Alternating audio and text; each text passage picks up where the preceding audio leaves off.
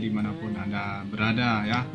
Ada berita yang mengembarkan yaitu tentang akan ada peraturan terbaru di pertandingan pencak silat ya. Kita akan mereviewnya hari ini. Memang belum secara resmi dilaksanakan, tapi rencananya 2021 mau dilaksanakan. Kita akan cari tahu dulu seperti apa perjalanan perubahan peraturan itu ya. Nah, ini yang pertama kali adalah pada tanggal 15 dan 16 Februari tahun 2019. Ini adalah pertama kalinya dilaksanakan meeting atau diskusi atau rapat yang dihadiri oleh para anggota pendiri Persatuan Pencaksilat ya. Dan ini dilakukan di Jakarta di Indonesia ya. Selanjutnya adalah pada tanggal 26 Januari tahun 2020 ya, berarti hampir 1 tahun, yaitu dilakukan diskusi yang kedua ya, dilakukan oleh Persilat ya, Persatuan Pencaksilat ya, dan dihadiri oleh 4 anggota pendiri ya. Saya kurang tahu negara mana saja yang termasuk dalam member atau pendiri dari Persilat ya. Kemudian setelah tanggal 26 Januari, tanggal 28 Januari ini tepatnya ada di Padepokan Jakarta ya. Mungkin yang dimaksudnya adalah Taman Mini Indonesia Indah ya, di Padepokan Pencaksilat di sana. Kemudian di situ juga dihadiri oleh 4 member ya, atau anggota pendiri Persilat ya. Dan di sini diadakan diskusi tentang praktek-praktek. Nah, di sini terlihat dari fotonya mempraktekkan peraturan-peraturan yang baru. Nah, selanjutnya adalah pada tanggal 3 Maret. Nah, di sini adalah diskusi final, konfirmasi dan juga upacara peresmian ya peraturan terbaru. Jadi ini sudah ditandatangani ya pada tanggal 3 Maret tahun 2020 yang lalu. Ini ada anggota-anggotanya terlihat sedang berfoto bersama ya, tanda telah diresmikan atau ditandatanganinya aturan baru itu. Kemudian ini adalah tanda tangannya. Tidak terlihat jelas negara-negara mana saja karena blur ya. Intinya pada tanggal 3 Maret tahun 2020 telah disepakati dengan ditandatanginya Federasi Internasional Pencaksilat Federation Persilat ya. Kemudian selanjutnya adalah tanggal 10 Juli jam 4 sore dan 14 Agustus jam 4 sore kemarin, berarti ya ini sudah September, berarti bulan kemarin. Nah, ini adalah sesi finalisasi dari peraturan itu ya, melalui Zoom rapatnya. Jadi sudah final ya. Nah, ini yang paling unik ya. Selanjutnya adalah tentang kostum ya. Kostum dari delegasi teknik ya, dan kompetisi ya. Nah, ini di sini ada beberapa hal yang unik ya. Seperti contohnya adalah bajunya sangat sangat berbeda dengan yang lalu ya. Di sini ada jas, kemudian ada dasi dan sepatu hitam. Nah, jadi rapi sekali ya. Jadi tidak delegasinya pakaian formal. Oke, next kita akan melanjutnya. Dan ini adalah salah satu unik juga, bahwa coach atau pelatih itu ditempatkan di satu kotak gitu ya, bilik. Di coachnya di dalam, mungkin alasannya biar coachnya nggak bisa kemana-mana, jadi kotak-kotak itu aja ya. Di sini tertulis ya, atlet hormat kepada coach sebelum masuk ke arena. Coachnya ada di dalam bilik. Selanjutnya adalah sini kita lihat satu persatu apa saja sih hal-hal yang baru atau teknik-teknik baru yang ditambah ya dan disetujui oleh Federasi Pencaksilat Internasional ini. Nah, ini yang pertama kita akan coba lihat. Superman Punch. Mantap.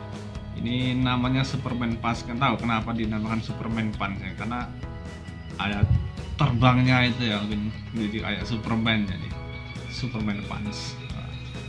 Kemudian yang kedua adalah pull and punch. Jadi menarik dan memukul ya. Kalau tadi kan menarik sambil terbang ya, Superman ini menarik dan memukul. Boleh ya menarik tangan, kalau peraturan yang lama tidak boleh menarik tangan. Ini benar-benar sengaja ditarik ya, tarik kemudian dipukul.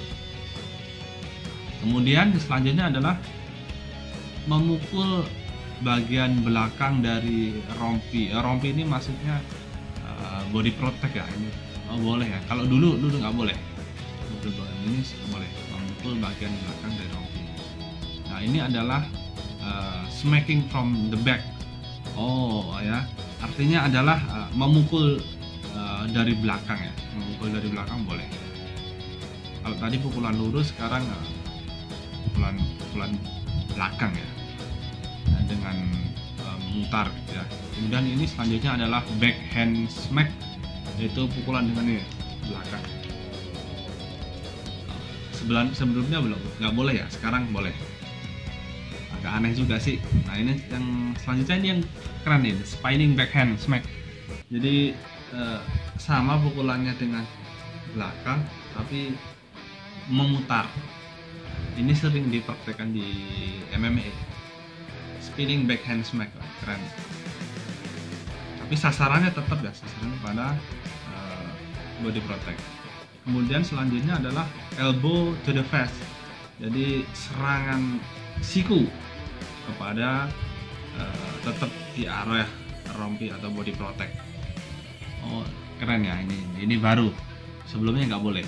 Dan ini selanjutnya adalah top down elbow. Jadi sikuan dari atas ke bawah. Tapi sasarannya rompi juga ya, makanya agak lucu ya. Atas ke bawah tapi sasarannya rompi, kan aneh. Rompinya kan begini ya, rompinya vertikal, jadi gimana nyerangnya juga susah. Kecuali orangnya bungkuk gitu, kita kasih top down elbow bisa. Tapi nggak apa-apa, nanti kita uji coba dulu tahun depan ya. Selanjutnya adalah 360 derajat elbow to the face. Muter ya. Sikuan 360. Keren.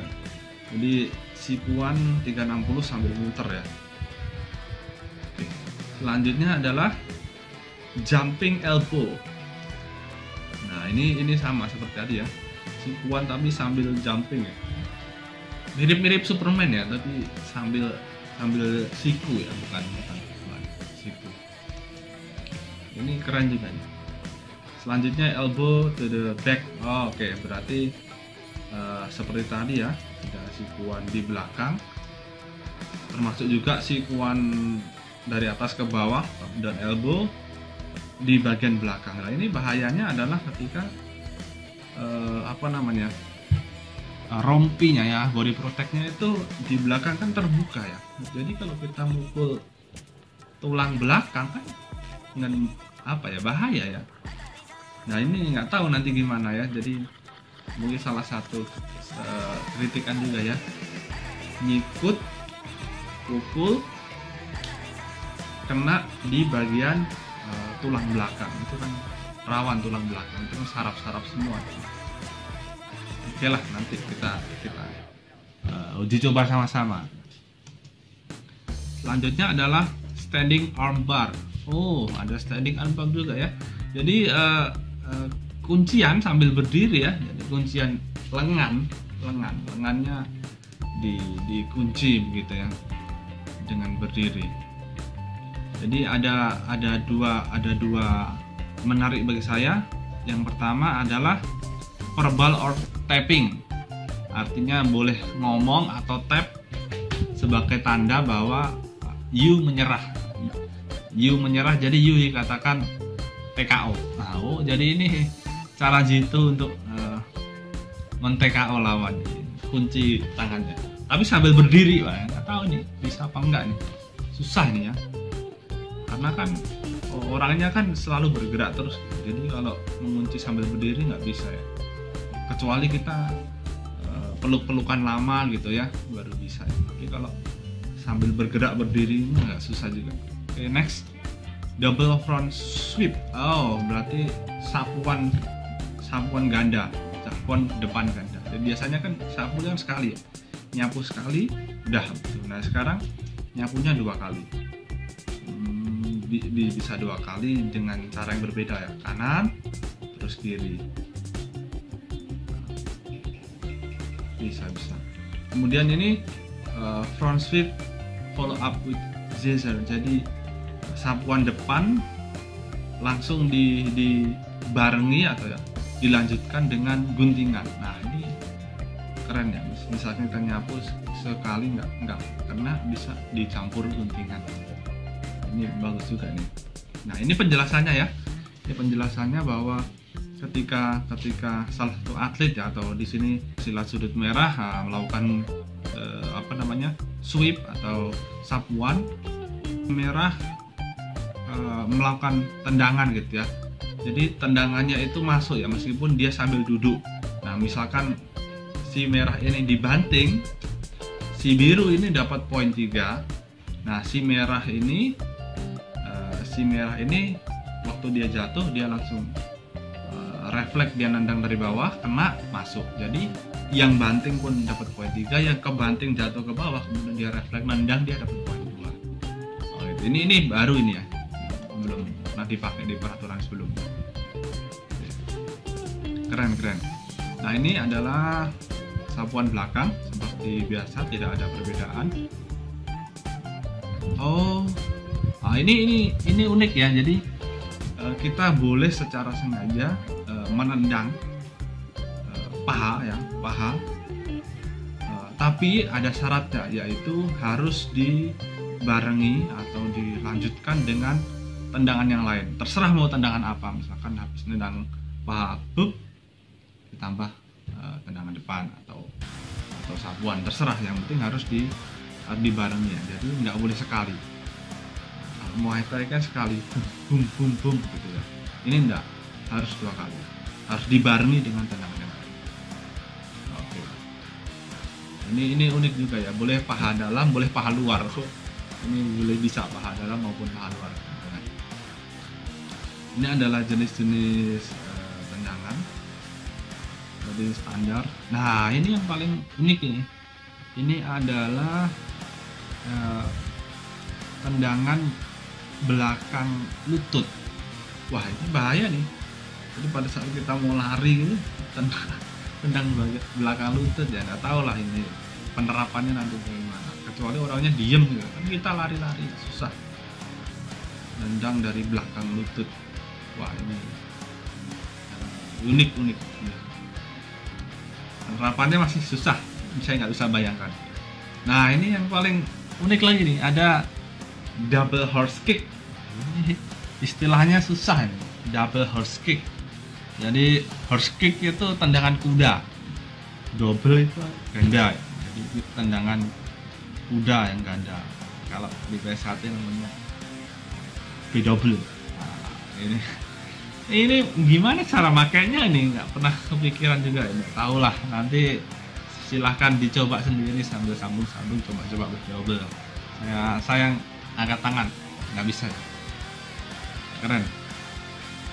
Kemudian selanjutnya adalah guntingan. Ini seperti biasa, standar saja guntingannya, tidak ada banyak yang beda.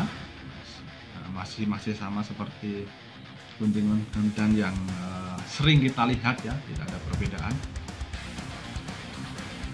Kemudian guntingan 2 kaki, 1 kaki sama, tidak ada perbedaan. Nah ini adalah dropping teknik atau teknik dari menjatuhkan ya. Nampaknya masih sama ya, tidak banyak berbeda. Ini ada satu yang unik ya, agak beda, yaitu pull fast and dropping technique. Jadi kita boleh narik rompi, body protect boleh ditarik loh. Ini kalau tarik-tarian nanti bisa ditarik dan dijatuhkan. Jadi kalau dulu kan nggak boleh narik ya, tangannya harus los begini. Sekarang bisa tarik. Jadi kita bisa narik kemudian menjegal dan jatuh. Ini unik ya, unik. Kemudian kita juga bisa narik tangan. Selain narik rompi, kita bisa narik tangan juga dan kemudian bisa dijatuhkan. Wah, ini unik ya, unik. Ini sesuatu yang baru. Selanjutnya adalah any dropping technique or low it within 5 seconds. Jadi apa namanya ya? Teknik-teknik jatuhan itu dikasih waktu 5 detik ya. Misalnya kita saling bergulat ya, bukan bergulat sih, saling ini gontok-gontokan ya, bahasa Indonesianya itu. Gontok-gontokan itu ya, dorong-mendorong, tarik menarik itu diperbolehkan, tapi tidak boleh lebih dari 5 detik untuk menjatuhkan itu. Jadi kalau misalkan lebih dari 5 detik nggak jatuh-jatuh, ya udah berarti dihentikan oleh wasit. Kira-kira begitu maksudnya. Ini keren ini. Jadi ada takedown teknik ya, ini seperti BJJ. Ini yang sering melakukan ini BJJ ini. Jadi Brazilian Jiu-Jitsu. Jadi ini disilat kita memang sering mengalami itu ya di latihan, tapi di peraturan tidak boleh. Sekarang diperbolehkan ya. Jadi dipegang, dibanting. Selama ini kan nggak boleh ya, harus ada sautan dulu baru banting. Ini enggak, memang sengaja dibanting boleh. Nah, ini malah bantingan judo ini. Bantingan judo yang dari belakang bentuk-bentukan dibanting. Keren. Udah selesai. Wah, ini sesuatu hal yang baru, saudara-saudara. Silakan di-share ke pelatih Anda ya. Latihan BSHT dimanapun Anda berada, dikasih tahu pelatihnya untuk bisa melatihkan ini ke seluruh siswa-siswa ya, terutama atlet atau calon atlet. Persiapan kita untuk 2021. Kalau memang ini secara resmi nanti digunakan, jadi kita bisa siap-siap ya. Saya rasa itu saja. Terima kasih sudah. Assalamualaikum warahmatullahi wabarakatuh. Salam bersaudara.